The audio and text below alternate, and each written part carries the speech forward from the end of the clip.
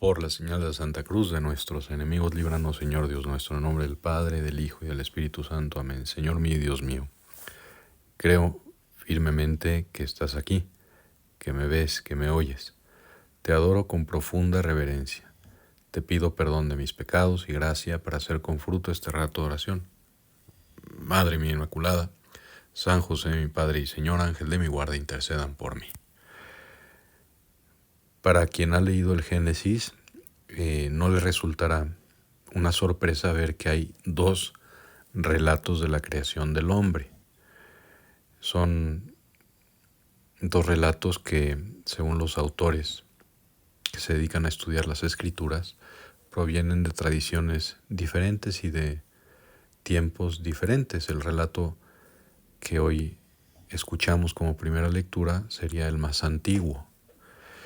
Y son dos relatos que de alguna manera se complementan para que podamos entender un poquito mejor a través de la revelación escrita quién es el hombre, ¿no? Y para qué está hecho. Los dos son, como decíamos, complementarios. Y en el rato del día de hoy, después de una breve introducción, se narra que Dios tomó polvo del suelo y con él formó al hombre. Así se imagina uno a Dios, nuestro Padre, como un alfarero que toma arcilla y con esa arcilla forma, como el alfarero, en este caso, el cuerpo del hombre. Y aquí viene la primera enseñanza, ¿no? Los hombres somos, en nuestra parte corpórea, materiales. Formamos parte de la materialidad de la creación o de la creación material. Y no solo eso, sino que formamos parte, por lo menos en cuanto a nuestra biología, del reino animal. Y eso significa que Dios tomó polvo del suelo. Pero no se queda ahí el relato, sino que además, a continuación inmediata, nos dice el Génesis que después de haber formado al hombre con ese polvo del suelo como un alfarero, dice, le sopló en la nariz, le sopló un aliento de vida y el hombre comenzó a vivir. Y fíjate, esta enseñanza es fundamental, porque aquí se nos está enseñando que el único que puede dar la vida del hombre es Dios. Que los hombres no solo estamos hechos de materia, sino que también tenemos un no sé qué, que sabemos se llama alma, o sea que sí sabemos que es dada directamente por Dios. Es el aliento divino, el Espíritu de Dios que insufla Dios mismo en aquella arcilla formada para dar origen a un nuevo ser que es un ser viviente y que es un ser espiritual, que participa de alguna manera de la vida divina. Y por eso el hombre comenzó a vivir. Ya más adelante, no en lo que se lee el día de hoy, sino en lo que se leerá mañana, me parece, viene la creación a partir de este primer hombre, de la mujer. Pero hoy nos detenemos en la creación de este hombre y de las cualidades que tiene. Porque a continuación el Génesis nos narra que después plantó el Señor un jardín al oriente del Edén y allí puso al hombre. Fíjate qué bonito.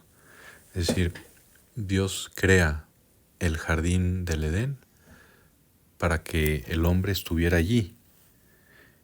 El Señor Dios, continúa el relato, hizo brotar del suelo toda clase de árboles de hermoso aspecto y sabrosos frutos. Y además, en medio del jardín, el árbol de la vida y el árbol del conocimiento del bien y del mal. El Señor tomó al hombre y lo puso en el jardín del Edén, insiste el relato.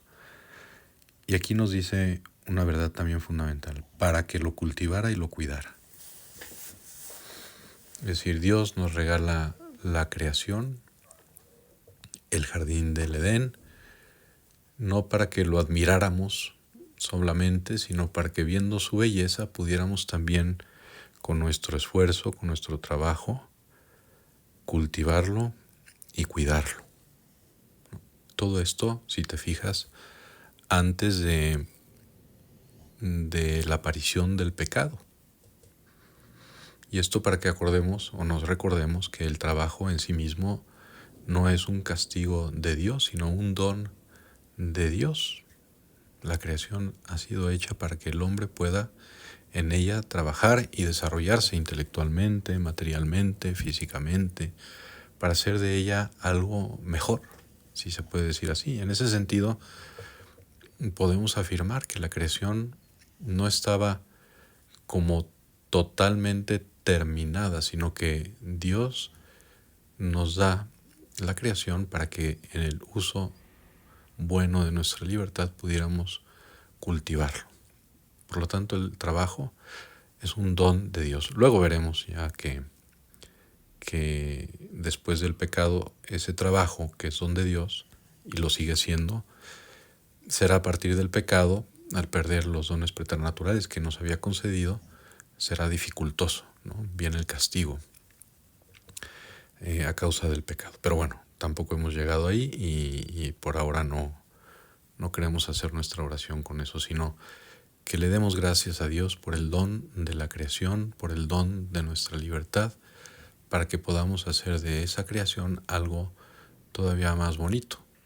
Obviamente no se trata de un dominio despótico el que el hombre debe tener de la creación, sino un dominio armónico que la desarrolla. Pero bueno, también llama la atención aquí la realidad del árbol, el árbol del cual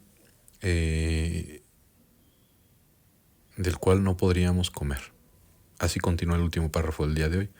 El Señor Dios le dio al hombre esta orden: puedes comer de todos los árboles del jardín, todos esos que había hablado, ¿no? Que tenían hermoso aspecto, frutos sabrosos, pero del árbol del conocimiento del bien y del mal te mando que no comas, porque el día en que comas de él morirás sin remedio.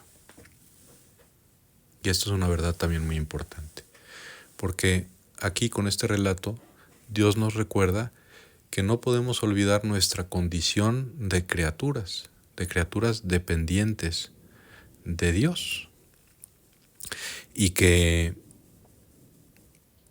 se representa a través de ese árbol del bien y del mal, por un lado, la posibilidad que Dios no quiere en sí misma, pero es real, del pecado.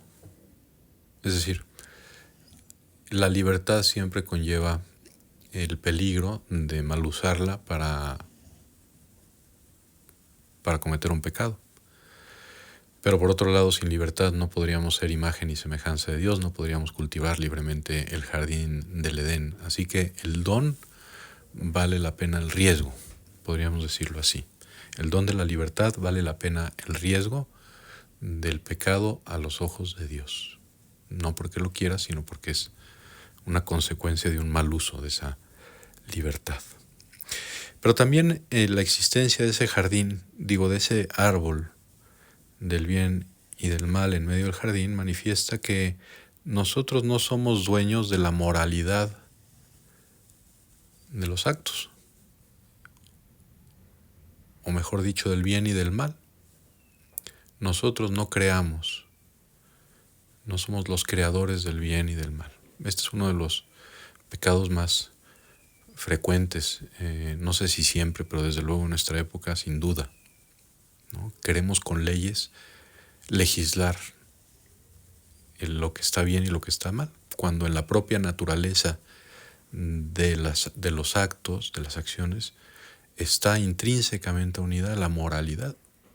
Hay actos que son intrínsecamente siempre, es decir, siempre malos, ¿no? Que van contra nuestra naturaleza, que van contra la bondad de Dios, que van contra la sabiduría de Dios, que van contra incluso nuestra inteligencia. nosotros no creamos lo que es bueno y lo que es malo. Lo descubrimos con el don de la conciencia y con la ayuda de la revelación, con la ayuda de la iglesia también, de la tradición.